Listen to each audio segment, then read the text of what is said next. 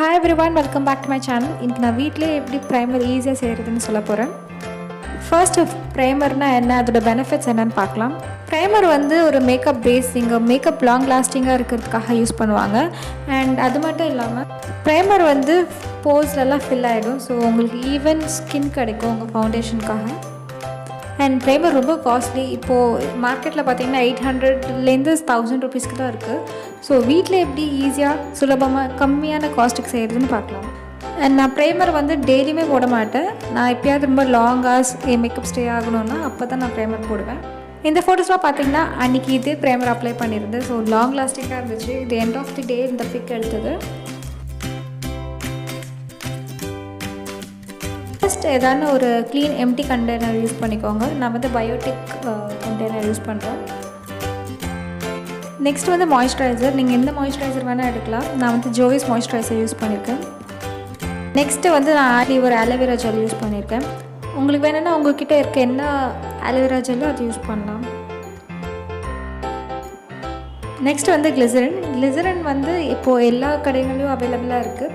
இது வந்து பெரிய பாட்டில்னால 75 ருபீஸ். சின்ன சின்ன பாட்டில்லையும் கிடைக்குது, நீங்கள் அதையும் வாங்கி யூஸ் பண்ணிக்கலாம்.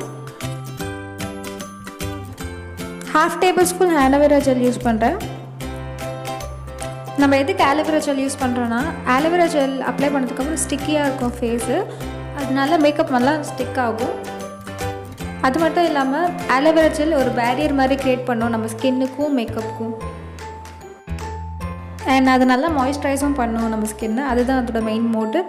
நெக்ஸ்ட் வந்து மாய்ஸ்சரைசர் ஆப்ஷனல் தான், உங்களுக்கு வேணும்னா ஆட் பண்ணிக்கலாம். அண்ட் மாய்ஸ்சரைசர் பண்ணுறதுனால நீங்கள் ஸ்கிப் பண்ணிடலாம். மாய்ஸ்சரைசர் அப்ளை பண்ணாமல் இது மட்டும் அப்ளை பண்ணாலே போதும்.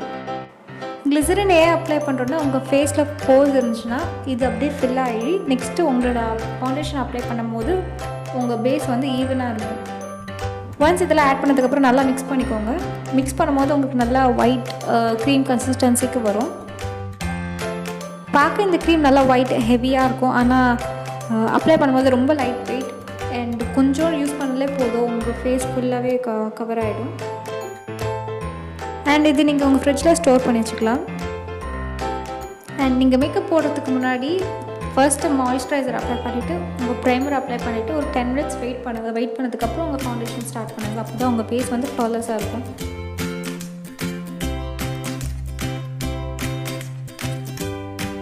அண்ட் ரொம்ப முக்கியமான விஷயம், நீங்கள் வந்து இப்போது இதில் ஏதானும் உங்களுக்கு ஒர்க் ஆகலை. சில பேருக்கு ஆலோவேரா ஜெல் ஒத்துக்காது அண்ட் கிளிசரின் ஒத்துக்காது.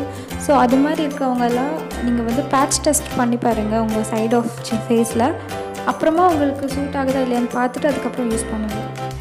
அண்ட் இதுக்கு முன்னாடி எப்படி நான் வீட்டிலே DIY மேக்கப் செட்டிங் ஸ்ப்ரே செய்கிறதுன்னு சொல்லியிருக்கேன். ஸோ அந்த வீடியோவும் நீங்கள் பார்க்கலாம். ஸோ அந்த வீடியோட லிங்க் உங்களுக்கு டிஸ்கிரிப்ஷன் பாக்ஸில் கிடைக்கும். அண்ட் ஆஸ் யூஷுவல் உங்களுக்கு இந்த வீடியோ பிடிச்சிருந்தா கீழே இருக்க லைக் பட்டன் ப்ரெஸ் பண்ணுங்கள் அண்ட் சப்ஸ்கிரைப் பண்ணுங்கள் சேனலுக்கு. அண்ட் பக்கத்தில் இருக்க பெல் பட்டன் ப்ரெஸ் பண்ணிங்கன்னா உங்களுக்கு நோட்டிஃபிகேஷன் வரும் எப்போல்லாம் நான் வீடியோ அப்லோட் பண்ணாலும்.